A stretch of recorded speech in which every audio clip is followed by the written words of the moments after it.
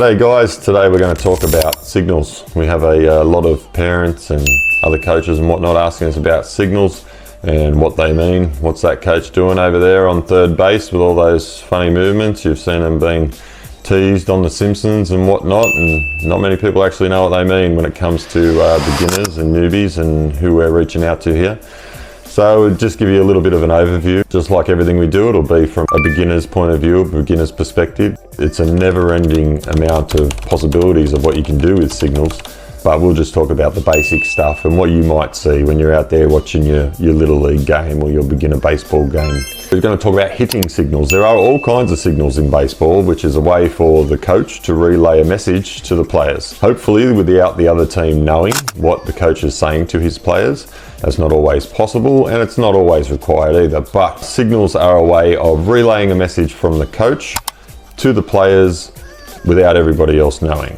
That's probably why a lot of the time they won't even tell the parents what the signals are, because the more people that know, the more chance there is of a secret getting out of the bag and the other team finding out what's going on. But we're going to talk about hitting signals today. All right. There are signals for catchers, there are signals for pitchers, there are signals for the fielders. There are all kinds of signals, but the main one that you guys will see is the third baseman standing out there giving signals.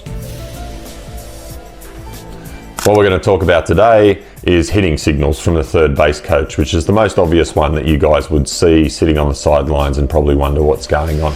So the four main things that we usually do when it comes to beginner teams, and the four main signals you'd usually see would be steal, hit and run, bunt, and my least favorite, which is take. So let's talk about those. A steal signal. A steal signal will be told to the batter and the runner. For every signal, the batter has a job and the runner has a job. There's not often you'll see too many signals put on when there's no runners. Sometimes there are. Like I said, as you get up the levels, there's all kinds of signals and all kinds of teams do. But at a junior level, it's usually going to see signals when there is a runner on base, or the coaches may be putting signals on all the time, but there'd usually only be one that means something when there is a runner on base most of the time, unless they're bunting to get on base. So let's talk about stealing. So the batter's job on a steal is to take a pitch. Sometimes they might show a fake bunt, which serves two purposes. A, it puts the other team off, and B, it lets us check the other team and see what their reaction is to a bunt.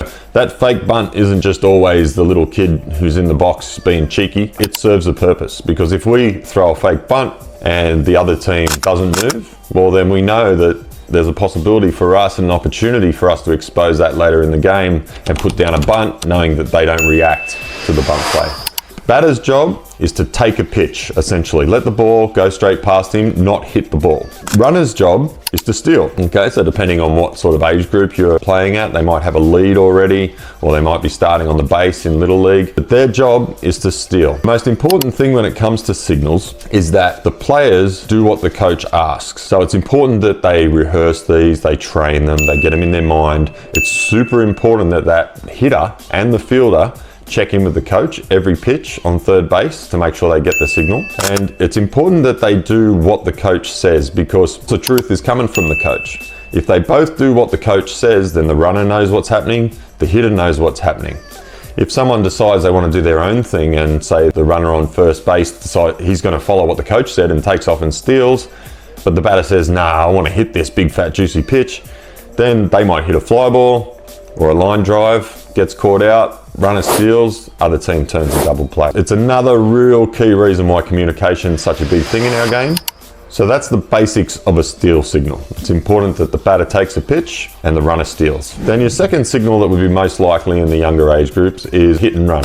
So a hit and run, again, the batter has a job and the runner has a job. The purpose of the hit and run is to move a runner over. We want to get that runner from first base to second base. We do a hit and run when we've got a batter in the box who makes a lot of contact, but maybe it's weak contact. We might do it when we want to be aggressive. We've got a runner who we want to get them moving, and we know we've got a really good hitter in the box we trust is going to hit the ball hard. Or we might do it as well when there's a slower runner on the base paths, and also combined with a weaker hitter maybe, and we know that this hitter quite often hits a ground ball, and this runner at first base isn't very fast at all. So we want to get out of that double play situation. We don't want them to get two outs with a weak ground ball. They'll get the out at second then first. We want to try and get that runner moving as fast as he can, as quick as he can, knowing that we've got a guy in the box who's going to be able to put the ball on the ground for us. The runner's job on a hit and run is to steal, exactly like the steal. Doesn't change for the runner. The only difference is once they hear the crack of the bat, they need to check in and just make sure it hasn't been caught as a line drive or it hasn't been popped up or hit as a fly ball to the outfield. The hitter's job is to put the ball on the ground, and preferably right side, to the right side of the second baseman. We want to put the ball behind the runner if we can. The main intention of this hit and run in most situations is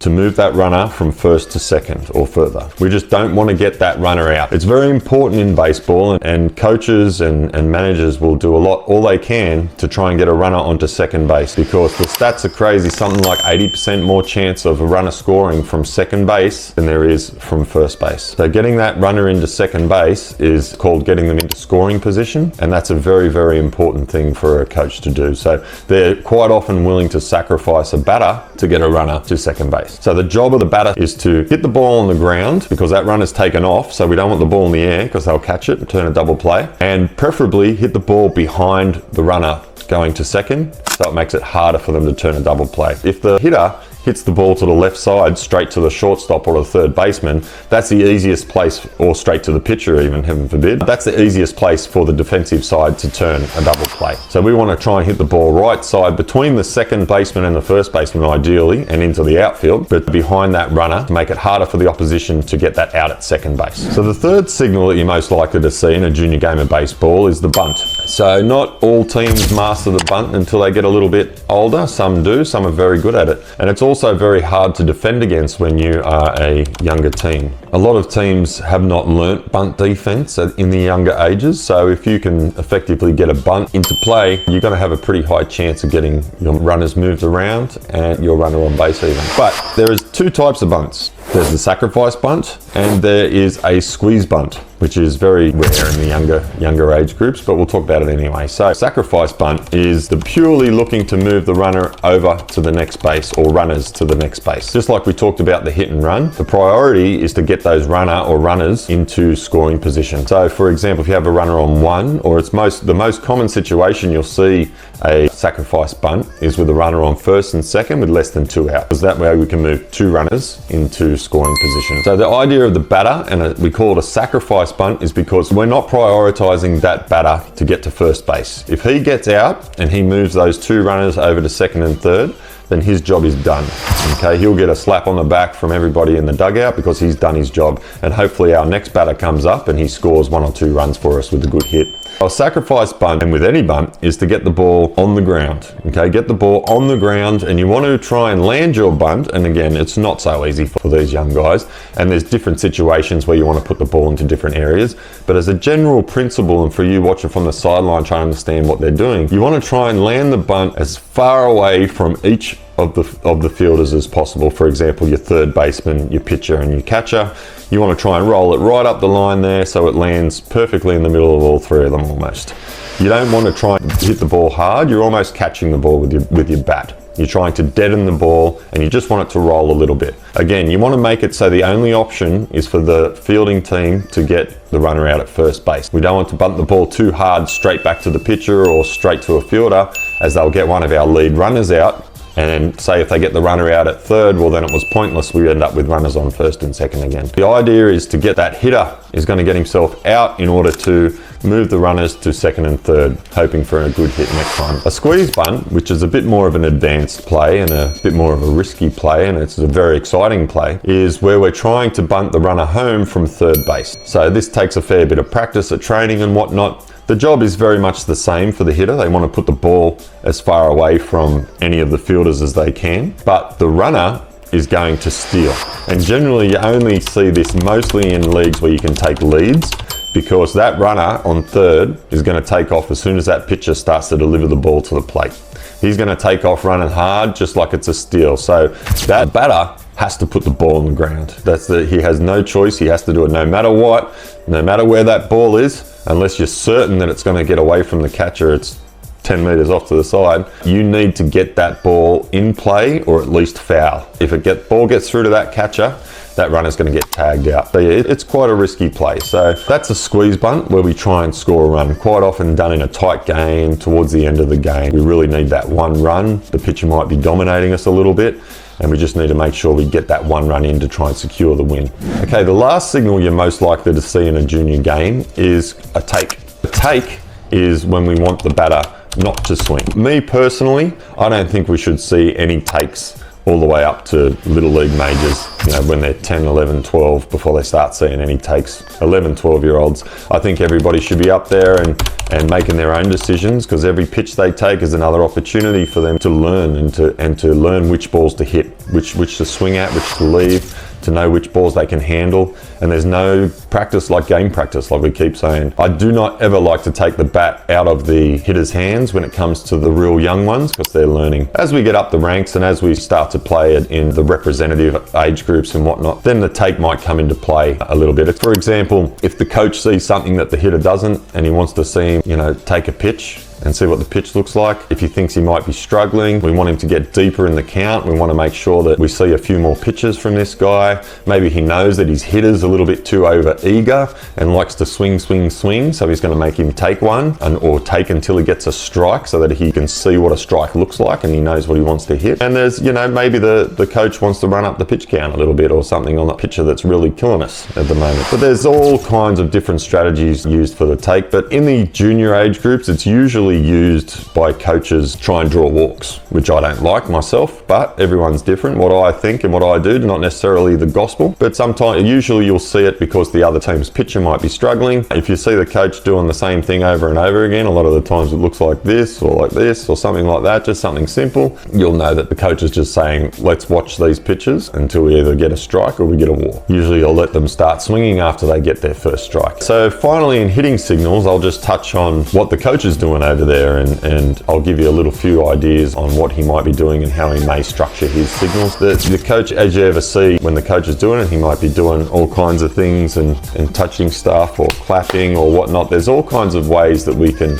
relay signals and messages to our players. Generally speaking, they will usually say it's for the first touch. For example, let's say the top of my hat is a steal, my nose is a hit and run, my chin is a bunt, and my throat is a take. So we'll say to our players, and we'll practice, we'll say, I want you to look at me and get my signal, and the first thing I touch is what we're going to do, okay? So we go like this, and we've got all these signals in the world, but all the batter was looking for is just that first signal, just that first one he touched. The other thing, it might be the last one he touches, which I prefer because it makes sure that the batter will keep looking at me the whole time. If we make it first touch, sometimes they'll see the first thing I do and they'll be like, oh yeah, okay, I'm ready to hit. And I'm still standing there trying to finish my signal, and it's like, it gives away the fact that it's our first touch. Other things, it might be the number of claps. It might be, all right, I'm going to go like this. I'm going to give all these signals in the world, but 1 clap steal, 2 clap hit and run, 3 claps punt, for example. So that's just some examples. They're very, very basic. As you get up into the ages, they'd be more complicated. Sometimes there's a key, for example, like it's the first touch I do, but it's only if I clap 3 times that it's on. There could be all kinds of things and all kinds of variations and combinations for signals. But yeah, that's what the coach is doing, and it's usually your third base coach that's giving the signal. So that's a pretty basic overview of signals and what's going on out there between the coach and the players. I'd love to hear what you've got to say about signals, and if you've got any questions or anything, you can put them in the comments below and we'll get back to you as soon as we can. That's it for today's episode of RBI Australia Inside the Game. Thanks for tuning in. If you picked up something new, make sure to share it with your team or hit replay. We'll be back soon with more tips, drills and insights to help you level up. And hey, don't forget to subscribe and hit that bell so you never miss an episode. Until next time, train smart, play hard and keep growing that game.